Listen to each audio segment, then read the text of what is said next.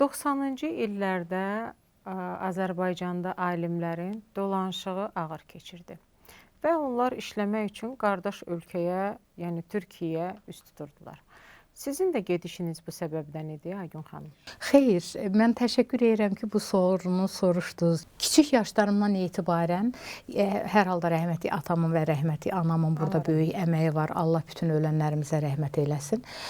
Türk tarixinə qarşı məndə bir maraq vardı, Türkiyə-Azərbaycan münasibətlərinə dair. O vaxt mən yüksək lisans, master proqramı üçün Azərbaycan Elmlər Akademiyasına başvuranda Şərq tarixi ilə ilgili imtahanım mənim rəhmətli Ayda İmanquliyeva, bizim First Lady'nin anası o imtahanı götürmüşdü və çox da yüksək bir qiymət verərək, o perestroika dönəmləri idi o zaman, həmən sonrası. Mən öz fikrimi də söyləmişdim ki, belə bir fikrim var. Məni təşviq eləmişdi.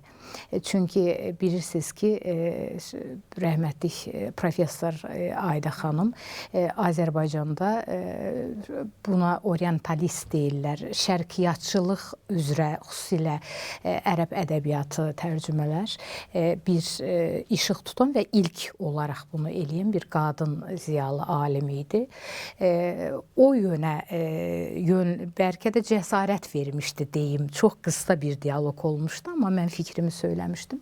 Sonra o məqsədlə mən